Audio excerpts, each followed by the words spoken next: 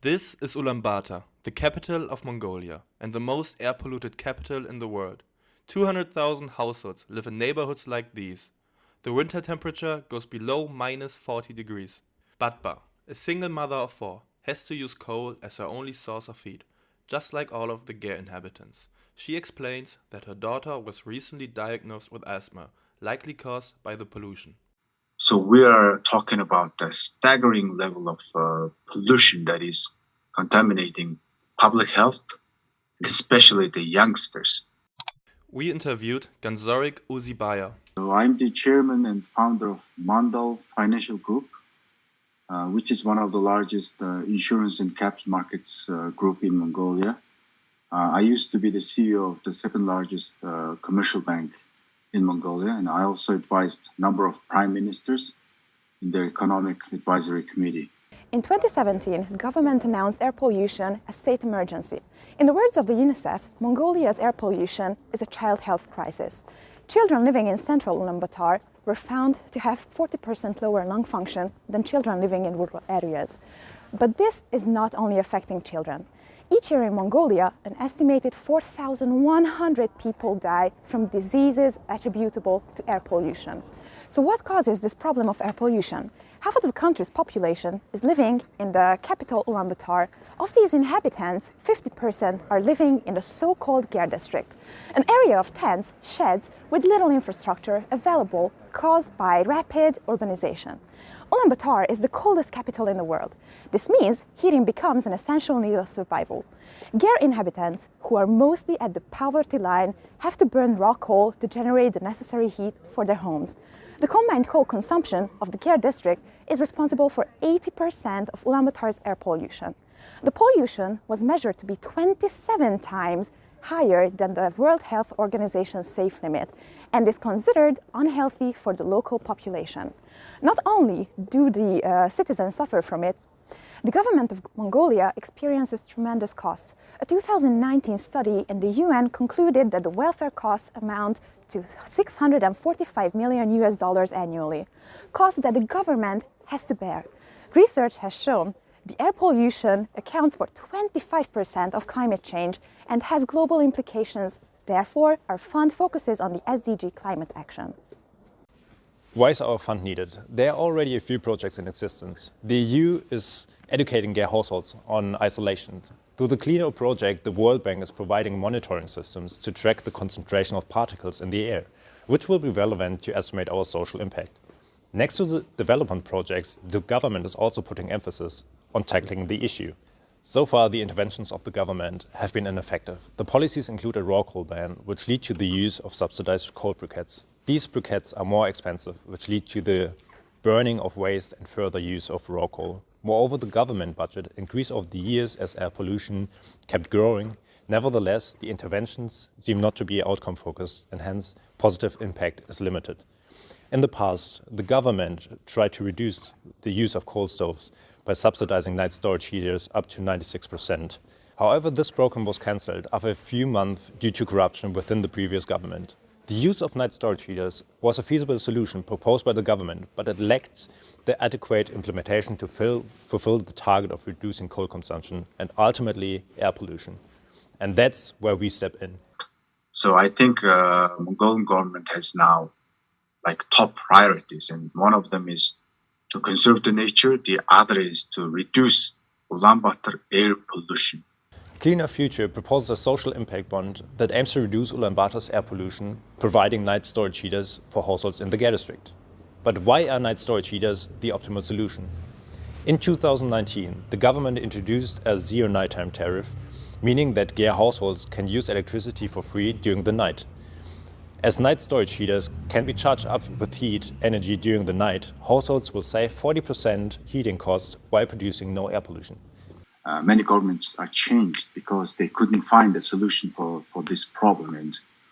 And up until now, I would say not a groundbreaking project has been done in that regard. And I think what you just introduced to me is a solution that could be a lifesaver, How does our impact bond work?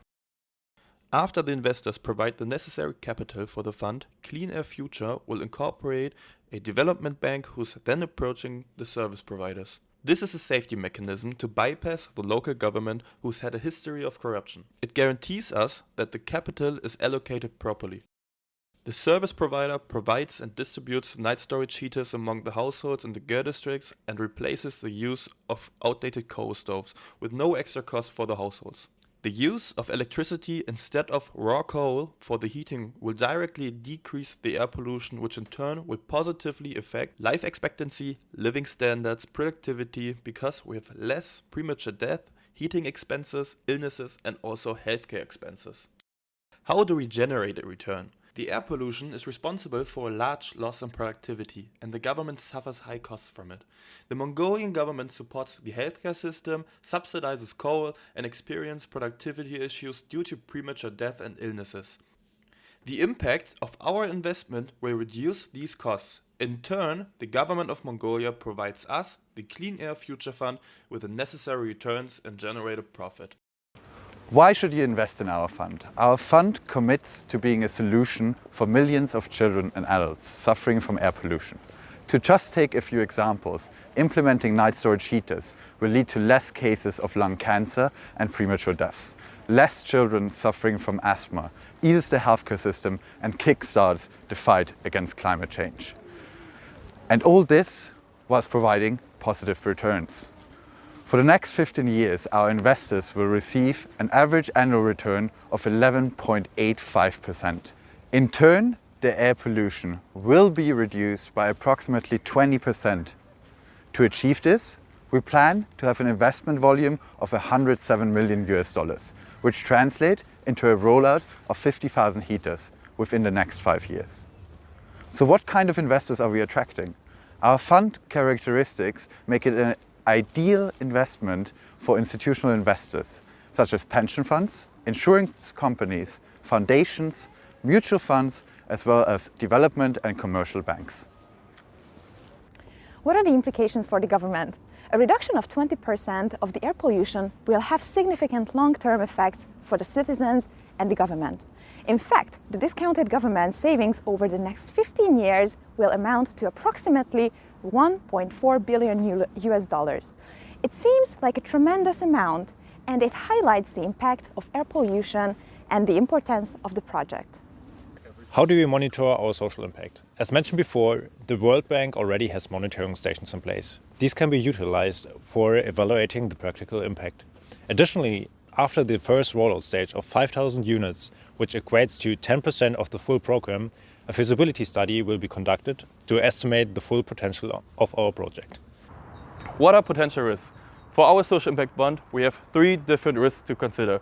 The first one is connected to fundraising. Although we are confident of meeting our fund size, we are aware that the potential risk that the full size will not be reached. If that is the case, we are prepared to scale down the size of the fund with no impact for the investors. The second one involves the government.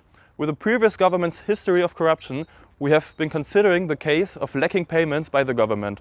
To combat the problem, we are going to involve a guarantor of the likes of an Asian development bank to secure a stable cash flow. The third one regards the estimation of impact. Even though our academic and quantitative research suggests a 20% of reduction in air pollution, we consider 3 scenarios with an impact volatility of 10%. To ensure that our project will be profitable for our investors. What is the potential scale of our project in the future? After successful implementation of 50,000 heaters, 25% of GER households will have a cleaner source of heating.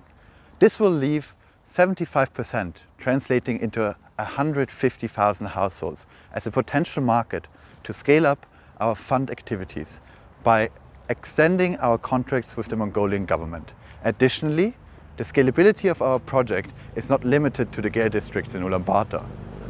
Further expansions into other Mongolian cities or neighboring Chinese cities, which are also heavily coal dependent, will be considered in the long run.